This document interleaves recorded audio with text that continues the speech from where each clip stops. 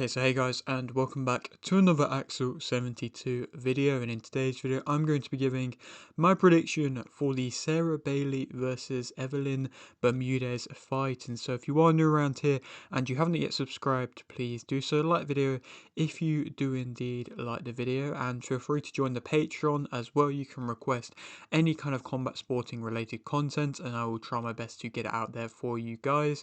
There'll be a video hopefully coming by the end of this week, which is a request from somebody, again showcasing that there is a good selection of members on there and you can join a bit of a community as well. I really appreciate all the support I've had with it, and yeah, the link will be in the description. Let's get straight into this one though, and this is a fight in which is 100% really going under the radar. But it shouldn't be, because I think it's got all the makings to be an excellent fight and I'm really excited for it. I mean, Sara Bailey is somebody who has been very generous with her time speaking to me on the channel. That doesn't mean I'm going to be giving any kind of bias prediction or anything like that, but like I say, I feel like I've been able to get a bit of an understanding of where the mindset is with Sara Bailey, and like I say, I've been following her career so far through the rankings, as well as Evelin Bermudez as well, who is a name in which has been proven as a world champion in the light flyweight division and has fought some big names in Kim Clavel, who she managed to get a victory over, and also Yukasta Valle, who of course she lost. But other than that, she's also been able to have multiple defenses. I think she's been a world champion. Obviously she had the loss against Valle, but before that she was a world champion. I think she's been a world champion since like 2017, 2018. Quite a while she has been a world champion, and she's maybe not always fought tremendously frequently, but again, still definitely enough to be able to pick up some good wins along the way, like I've mentioned. And yeah, like I say, always been able to go up against the top contenders. But this matchup, like I say, is a matchup in which I really am excited for. I don't think it is getting enough hype as an event, but at the same time, I do respect that they are kind of doing their own thing without MVP being involved.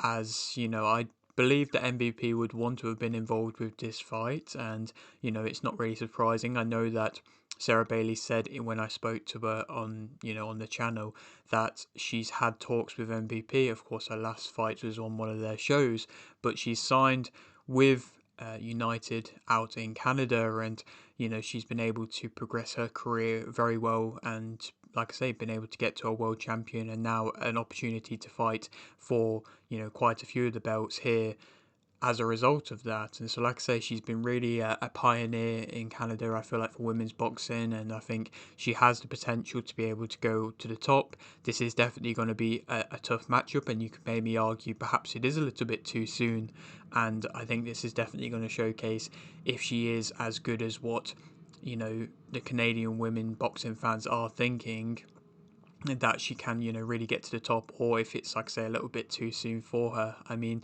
Bailey has been a standout name realistically, progressing quickly through the pros, and has, like I say, in my opinion, been seen to be improving. Again, like I mentioned last time, I actually fought Navarro on a Lucas Bardi undercard out in Canada, and like I say, she was representing Canada. That was the first time that she was able to fight on quite a big stage on the zone, having that occasion. And now she's been given this huge opportunity, and she's been calling for these unification fights for about a year or so now. So again, quite a while realistically, saying she's only had 6 professional fights and she has been fighting relatively frequently as well.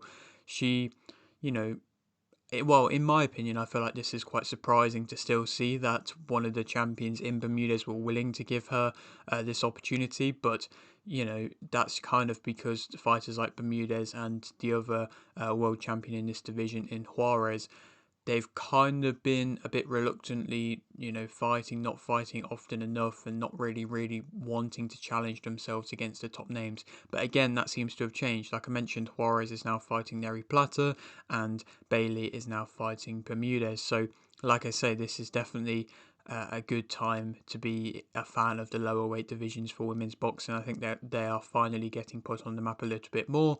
Again, I would still like to have had this event get a little bit more traction and attention, but if it is going to be made into the great fight in which I feel like it has the potential to be, with two styles that really gel and, work well together, then I think it definitely could be that. And, when I say that it is two styles in which could gel well together, I think, Sarah Bailey can be a really nice, boxer at a range, but she does, have the tendency to try and go into a little bit of a war at times. And, she said that when I've spoke to her on an interview as well. So again, Bermudez is somebody who took Valle to a majority decision, and this was a Casta Valle who was riding a lot of momentum at that time, and this was before the Estrada fight, where of course she lost, and she was doing really well in the light flyweight division, and since then Valle has been on a great run as well. So, to be able to take her to a majority decision and make it a bit of a war, again showcases why I feel like this fight will be a really good, tough fight for both fighters.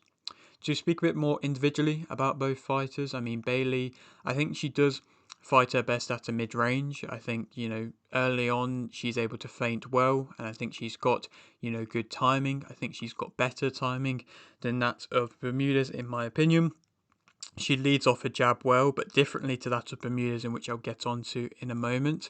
She sets up the big overhand, and yes, you look at her record and you see the 0 stoppages, but in that last fight against Navarro, she definitely did land a good, amount of big kind of overhand rights. And again, you don't want to get too greedy and start doing that too much if you are having success with it, but still, it was a nice shot in which, like I say, she was kind of feinting low, going high, the nice kind of fundamentals there to be able to land them shots.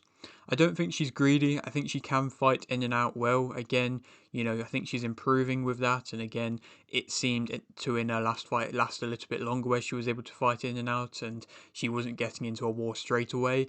I think there was a few bits in the later rounds where perhaps she was getting into a bit of a scrap, but she is able to fight and box really well when she wants to. She maintains her output well, in my opinion. She moves well. I think into them later rounds again, she was able to still showcase a good amount of head movement as well and look confident in there. She can fight on the front foot or the back foot. I believe she's got good fast hands. She, I think, is the more accurate out of the two, and especially more accurate with the bigger punches, in my opinion. She's got good head movement. Again, like I say, she's confident and I believe composed as well. Negatives about her, I think the power in her punches, again, I've talked about the fact that she is able to land them bigger shots, but again, I still don't feel like it's, something in which Bermudez will be rocked by or will be too worried by. I think she might, have difficulties gaining the respect of Bermudez, who of course has a tremendous amount more experience than that of Bailey. Her shot variation is maybe a little bit limited. I think Bermudez's can be at times, but the later the fight goes on, Bermudez shows a bit more of a shot variety than that of Bailey. She can drop her hands in close, and I think when she's fighting in the pocket, she's not really tighter. She's a bit, like I say, loose and loses her shape a little bit in close, and like I say, inevitably that means her balance in close as well isn't the best either, because she isn't able to really back you off when she's fighting in close due to that bit of a lack of power. She can trade later on. I think she does lose her reaction speed as well a bit, and then she does start to kind of not bring her shots back well enough, in my opinion, then, unlike the start where she's able to do that. But again, if she is, having these fights beforehand, they will all experience gaining fights, and I am expecting a career best performance from Sarah Bailey for this fight. I think her physicality is a bit limited, in which of course I believe Bermudez can showcase a good level of physicality. I think when she's swinging in her hooks, she's, not throwing them as tight and as, well drilled as what she throws her straights. She can be moved by punches a bit more, and I think she can sometimes get a little bit too comfortable as well. But again, I don't feel like she's going to have the opportunity to do that again. I think she's going to have to be incredibly switched on in this fight. Moving on to speak about Bermudez now, and Bermudez is somebody who will continuously push the pace. She's a high pace fighter who's going to be coming forwards and going to be trying to, continually be in your face and outland you. She's got a high guard early on, and it's a bit of a strange high guard. It's a guard in which, she's able to catch a few shots with, and typically, early on she's able to bring her shots back well. But with that, I believe it's her right hand, which she has to her head, which is what you want to see. She kind of has it. I don't know which way the best way to explain this is, but she kind of has it with the backside facing towards the opponents instead of having the backside facing, out the ring. It's a strange kind of thing. I've picked up on it in a couple of her fights, and I don't know if that means that, you know, if she's doing that intentionally, if that's something, if she does just accidentally, but I feel like perhaps that kind of means it's a bit of a weaker guard, which maybe could be exploited a little bit more. She she does keep you at a distance well, and often is able to stay just out of range by kind of leaning back on that back foot.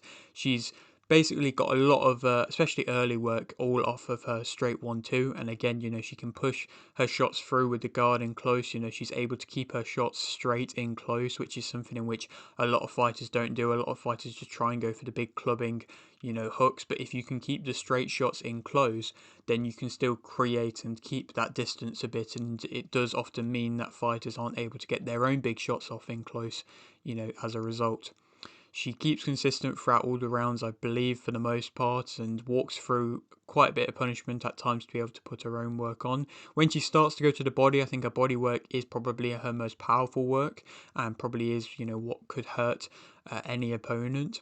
She keeps her shape well, in my opinion, and she throws so much in combinations. She can fight out of bad positions well, and I think she has a tremendous amount of heart, in which I feel like has been showcased in multiple fights. Again, you can even just go to her last fight against the Japanese opponent. I think Tsunami was her name, or something along them lines, and you can see the amount of heart in which she had to commit into them later rounds. Negatives about her: I think she stands very tall. I think she arm punches quite a lot, and she can fall for feints quite a bit. She, of course, in my opinion, walks onto a lot of shots. I think when she throws and then leans back, that's nice, but when she is just walking forward, she is just walking onto a lot of shots.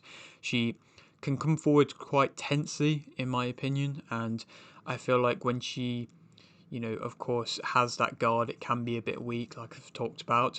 She wastes more shots, in my opinion, and can be beaten to the punch. When she does have these little gaps and these little bits of time off, she can be beaten to the punch. There's often the case where she can throw a combination, miss all of the shots, and then take a little bit of time off, and then, like I say, she can then be beaten to the punch. She doesn't really deal with movers that well, and that's where I think perhaps the head movement of Sarah Bailey may be able to cause her to have a bit of success. Her chin can be in the air, her guard does progressively drop throughout, and I do believe she can be caught with the right hand. Of course, her right is up, but again, you can kind of come around with your own right hand and be able to land. She seems to be a bit more prepared for a big left than a big right, in my opinion. Who do I think is going to win? I think that Sarah Bailey is going to be able to win. I think she is going to be able to win via majority decision. I think it is going to be a bit of a war and a bit of a slugfest. I think the early rounds, I think, could be really the telling factor of who wins this fight. If Sarah Bailey gets off, and works off her jab and gets her feints going well, then I think she can have success. If she gets outthrown by Bermudez, then she might have to work her way back into the fight. But if she can time her own right hand, I think she could maybe move Bermudez around a little bit. And then I would like to see a little bit more, like I say, shot variety. Maybe her go to the body a little bit more, Sarah Bailey. And then, be able to showcase that she is a better fighter and is the more complete fighter, in my opinion. Whereas, of course, Bermudez can be a bit scrappy at times, can be a bit messy. I don't want to see Sarah Bailey get into too much of a war. Maybe in the last, round or so that may happen, but I think she could win rounds maybe, 3-7, and I think be able to win a fight like that. But again, like I say, I think it is going to be a very close fight. But in my opinion, like I say, Sarah Bailey, I believe, will become IBF, WBO, and as well, of course, her WBA.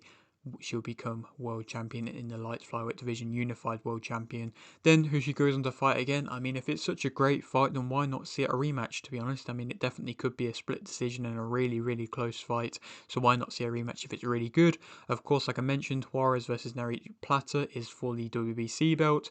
I know that Neri Plata was ordered to fight Sarah Bailey at one point, I think before her last fight, Bailey. So perhaps that could happen. Again, possibly that could happen. That would be, of course, for all the belts, and hopefully that could mean that maybe there would be a Ring Magazine belt on the line for it. Again, I don't really know.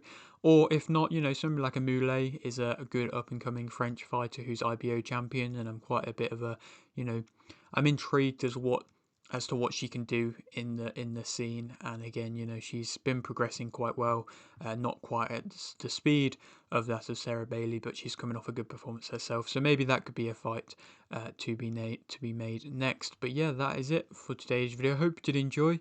Like video if you did, indeed like video, subscribe if you're new, and thanks for watching.